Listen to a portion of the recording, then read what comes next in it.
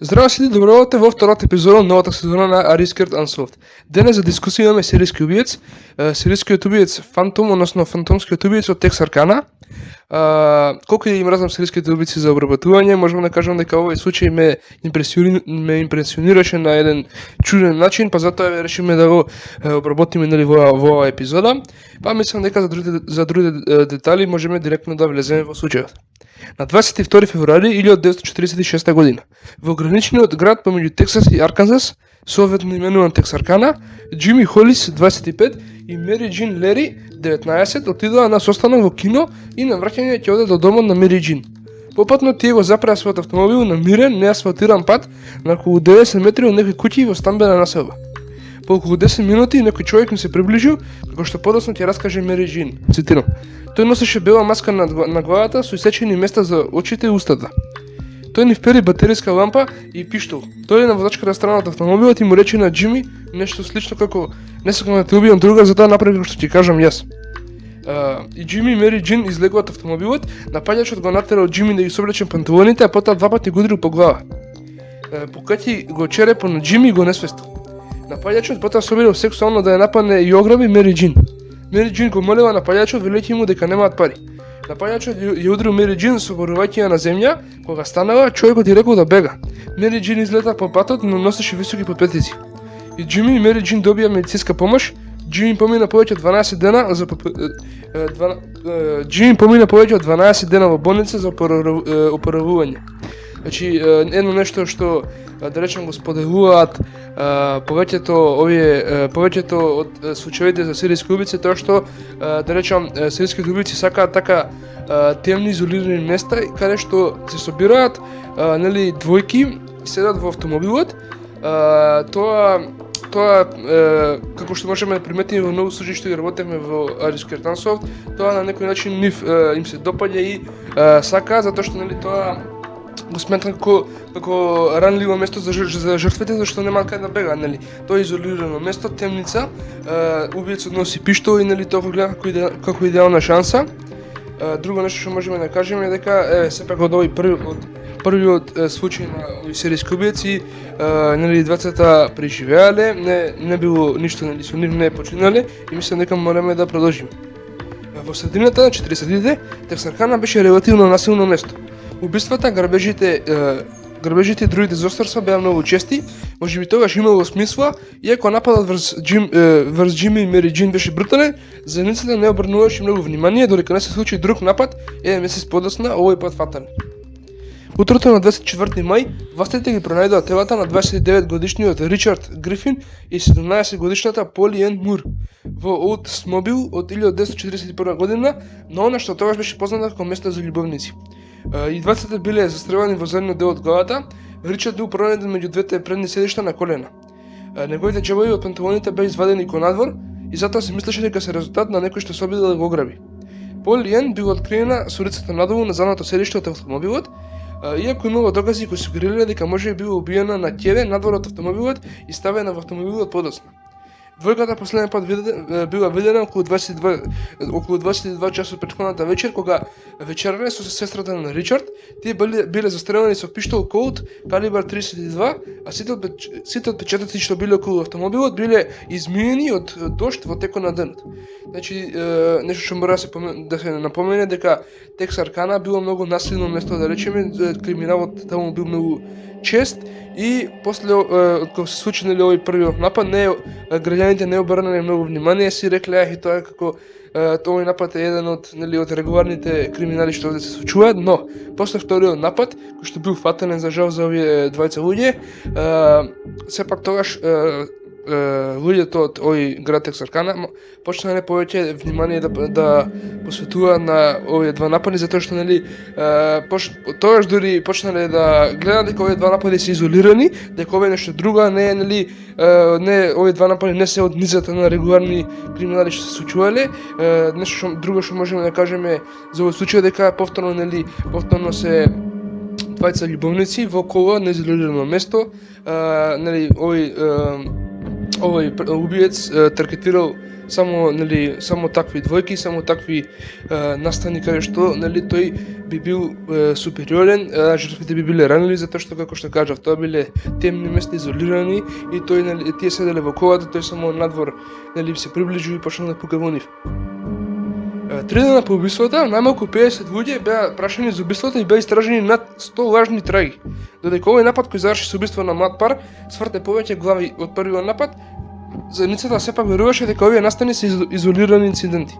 3 недели подоцна нивната равнодушност ја се претвори во лудило од страв. На 14 април властите ги пронајдоа телата на 15 годишната Бети Џо Букер и 16 годишниот Пол Мартин. Пол бил застрелен 4 пати и бил откриен во рурална област на патот Норт Парк. Бети Џо била силувана и застрелена 2 пати. Нејзиното тело било пронајдено во шумата на околу километар и пол оддалеченост. И децата биле застрелени од пиштол код со калибар 32, истото оружје што било користено во претходниот напад. Значи повторно двојка, повторно овој напад бил фатален, за жал и двата починале. После овој напад дефинитивно сите луѓе почнале да паничат и да има страх дека серијски убијаци во нивниот град, конечно се свртали, поверувале во тоа што е вистина, не поверувале дека добро, ова е само се напади, некој човек се обидува да ги ограбе, не, тоа не биле такви случаи, биле изолирани инциденти на серијски убиец кој што напаѓал, стриктно напаѓал двојки кои што се во кололи на некое друго изолирано место во темница. Тоа е многу специфично за да се случува повеќе пати и да не биде во таа низа на регуларни криминали што се случи. Тоа било многу стрикно за да биде тоа. Ова бил трет напад за помалку од 2 месеци. Сега со 4 мртви млади луѓе заедницата конечно обрнуваше внимание и тие беа во паника. Тексаркана газет нападнатиот вестникот Тексаркана газет напаѓачот го именуваше како убиецот фантом. Тилман Џонсон, еден во водечките истражители, рече: "Постојано добиваме повици за натрапници во домовите во главно навечер. Луѓето се јавува за било каква бука што би ја слушнале. Сите се плашеа дека ќе биде следната жртва на убиецот фантом." Нешто што морам да кажам и што ги засега сите случаи за серијски убици, тоа што новините, вестниците, сите медии им даваат надимаци, им даваат надимаци на серијските убици, тоа убиците може да го прифатат како комплимент, тоа не треба да се случи, му даваат сега на овој му даде убиецот фантом, односно фантомскиот убиец, и сега тој си како да кажам си зацртал во главата дека како да дојде бренд на некој начин, не треба во никој случај не треба да се дава надимаци на серијските убици. Јас за жал тоа многу често се случува во историјата. На 3 мај 37 годишниот фармер Вирџил Старкс слушнал радио кога куршум со калибар 22 го скршил прозорецот на неговиот преден влез и го погодил. Неговата сопруга Кейти истрчала од нивната спална соба и го нашла Вирџил како крварел во дневната соба. Кейти отишла да повика помош кога напаѓачот ја застрелил 2 пати во лице. Куршумите искршиле неколку забии, но таа преживеала. Наведнувајќи се за да избегне повеќе истрели, таа се вратила во спалната соба. Додека напаѓачот се обидел да се пробие низ прозорецот од кујната, Кейти избегала од влезната врата со куршум заглавен по нејзиниот јазик и крв за неа. Кейти стигна до блиската фарма од каде што беше однесена во болница и преживеа. Сепак нејзиниот сопруг Вирџил умре. Показател за стравот што убиецот фантом го всадил во заедницата ни го доволува истражувачот Џонсон. Според Џонсон, цитирам: "Луѓето седеа пред вратата и ви викаа да се идентификувате пред да се приближите премногу блиску до куќата. Мораше да се идентификувате или ќе ве застрелаа." Значи до што и до каде ги натерал стравот од овој убиец фантом, кога и да доаѓа некои луѓе блиску до нивната куќа, тие со пушка седеле при вратата и го вперувале во нив и рекле: "Идентификувајте си, некој ќе пукам, немам друг избор, Кај да знам дека баш ти не си убиецот фантом." Добро, иако овој инцидент го врши стравот на фантомскиот убиец, можно е убиството да го извршил некој друг. Другите напади беа насочени кон луѓе помлади од старковите, се случија во автомобил, а не во домови. Значи тоа што кажам, серијските убиеци многу специфични, ги ловат жртвите на многу специфичен начин, поготоа овој убиец сите негови жртви му беа како што кажавме во изолирано место, сите беа момчи и девојче, сите беа во кола во изолирано место, најчер темница, за разлика од овој последен случај што го прочитавме за овој Вирџил Старкс и неговата сопруга, тие имале околу 35 години, седеле нели во нивниот дом, не биле нели тинеџери, не биле ниту надвор, туку биле во својот дом и тоа нели го исфрлува нели овој убиец дека и нив ги пукал. Добро. Другите напади беа насочени кон луѓе помали од Старковите се случи во автомобил, а не во домови. Покрај тоа, Вирџил бил застрелен со полуавтоматски пиштол со калибар 22, различно оружје од калибарот 32 користен во претходните убиства на Бети Џо и Пол. Сепак, овој инцидент беше вклучен во истрагата за фантомскиот убиец, бидејќи поникада ја зафати областа. Локални полицајци почна да се облекуваат како млади парови во опит да го намамат убиецот, но се чинеше дека фантомот веќе завршил со неговите дела. 2 месеци подосна, без повеќе фантомски убиства, стравот во заедницата почна да се намалува и животот почна да се враќа во нормала. Никој никогаш не бил прогласен за виновен за убиствата. Значи, да речеме, стравот ги дотуркал до аголот, нели што се вика до аголот на бездната, што овие полицајци за да го нели добро, овие били полицајци не било туку страх колку што сака да фатат убиецот, но сепак ова можеме да го нели да го кажеме дека е како нели го направиле што толку биле фрустрирани и сакале да фатат убиецот. Тие се облекле како млади луѓе, нели како тинеџери и оделе на такви изолирани места највечер, седеле во својот автомобил, чекајќи го нели фантомот да дојде да ги пука, нели, но сепак тој не дошол, тоа им било заводно, можам да кажам. Како што кажаме, после 2 месеци од постојниот напад на фантомот, заедницата почнала, стравот во заедницата се намали, нели, луѓето помалку се почеле за разлика од тогаш, животот почнал да се враќа во нормала и од тоаш, нели, се до ден денес никој не бил прогласен виновен за убиствата.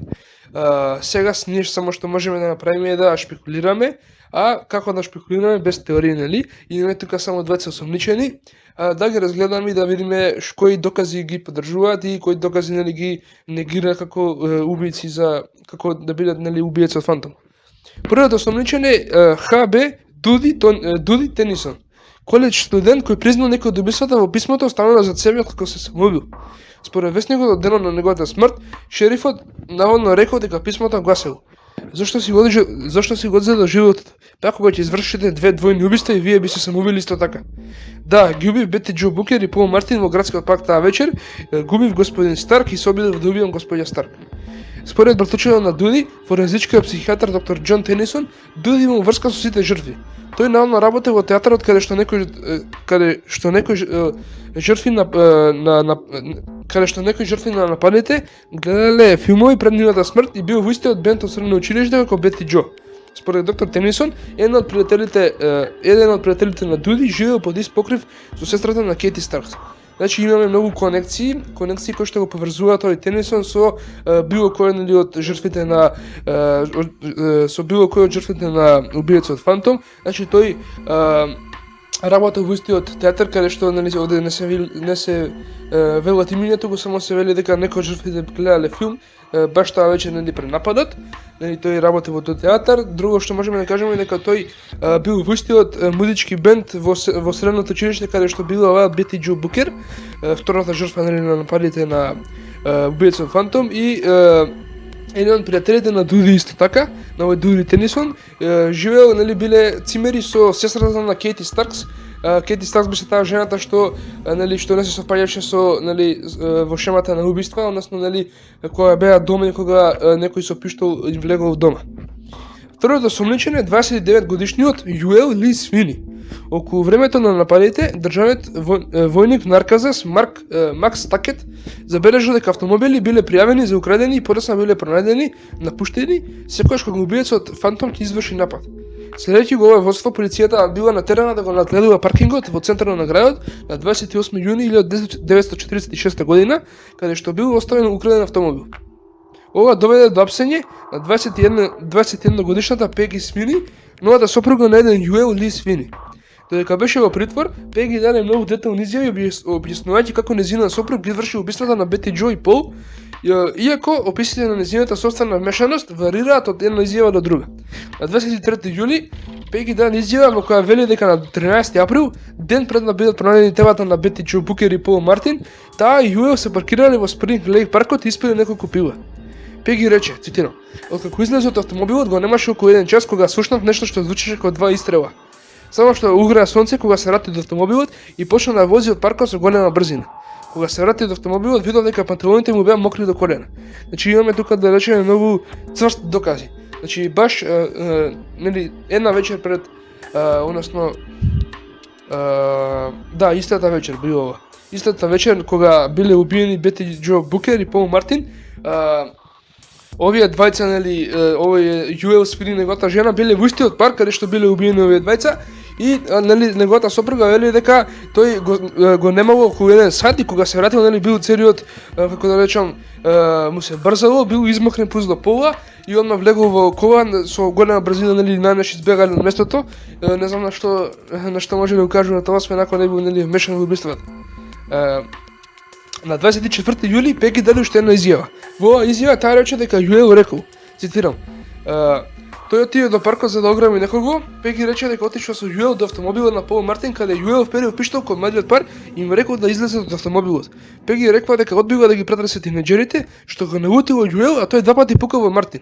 Значи сега во оваа втора изјава таа кажува други работи и во оваа втора изјава таа и тоа како вмешана, таа нели бил очевидец на све што направил нејзиниот сопруг, што наводно направил, нели, таа рекла дека нејзиниот сопруг отишол до колата на нив и таа дошла со него. Нели, таа нели како што кажа во првата изјава рекла: "Јас го чекав, тој само отиде, по 1 сат се врати, јас го чекав на друго место, на ваму кај што пиевме пива." А во втора изјава вели дека таа била со него, била сведок на све што се случувало и останува да видиме. Добро, потоа Пеги наводно ја држава Бети Џо на место, додека Јуел го земал својот автомобил. Тој го водеше назад, ги натера двете девојки да влезат во автомобилот, водеше спрема запад, се сврта и го застрела по уште два пати. Бидејќи тој очигледно можеше да стане и да се движи по првите два истрели. Тој ја однел Бети Џо во шумата, додека Пеги чекала во автомобилот. Додека пригасната на Пеги се минуваше, таа пресудно даде значајни информации кои само некој што бил на местото на злосторството би ги знаел. Например, Пеги спомна како книгата со датуми на Пол била фрлена во некои грмушки. Факт што во тоа време го знаеше само шерифот на округот Боуви, Волтер Бил Присли, бидејќи тој беше тој што ја најде книгата. Јуел беше однесен во Литл Рок за да се тестира со серум на вистината, но му беше дадено премногу и тој се несвести. Истражителот Тилман Џонсон рече, цитирам: Мислам дека ако само го државме овде во Тексаркана и постојано го испрашувавме, на крајот ја извадевме вистината од него." Пеги била затворена поради сопствена вмешаност во кражбата на автомобилот, но на крајот бил ослободен. Јуел беше осуден на доживотен затвор бидејќи доживотен затвор по обвинението за кражба на автомобили, но бил ослободен на условна слобода во 1973 година, кога кривичен апелационален суд во Тексас одлучил дека тој немал соодветно застапување за обвинението за кражба на автомобили во 1941 година. Јуел почине во старечки дом во Далас во 1994 година. Значи, како да кажам сега за овие двајца, значи имаат многу добри, поготово неговата сопруга која што сведочила, знаева некои информации кои што само некој што бил тогаш на местото на злосторството би ги знаел. Иако таа дава две изјави, тоа мислам дека би можело да се објасни дека првата изјава таа не сакала да се меша себе си, таа само рекла ја го чека ваму, тој го немаше мажми 1 сат и потоа кога се врати беше целиот избезумен, сакаше брзо да си одиме, исто така нели панталоните му беа мокри до коленото, нешто што не споменавме, тоа што овој напак нешто го споменува оваа жена му на Јуел, нели се случило близу езерце и затоа нели би може да му бидат мокри панталоните на Јуел, нели тој на пример би можел да му биле мокри затоа што нели ја миел крвта на неговите панталони. Тоа би можело да се случи. Каде застанаме, сакам да кажам дека таа не знам како, ако не биле мешани, не знам како би ги знаел овие сите овие детали. Исто така таа кажала, таа книгата што е носел книгата што ја носел, нели, тој машкото од двете жртви, ја била фрлена во грмушка и таа информација во тоа време само ја знаел тој, нели, главниот шериф.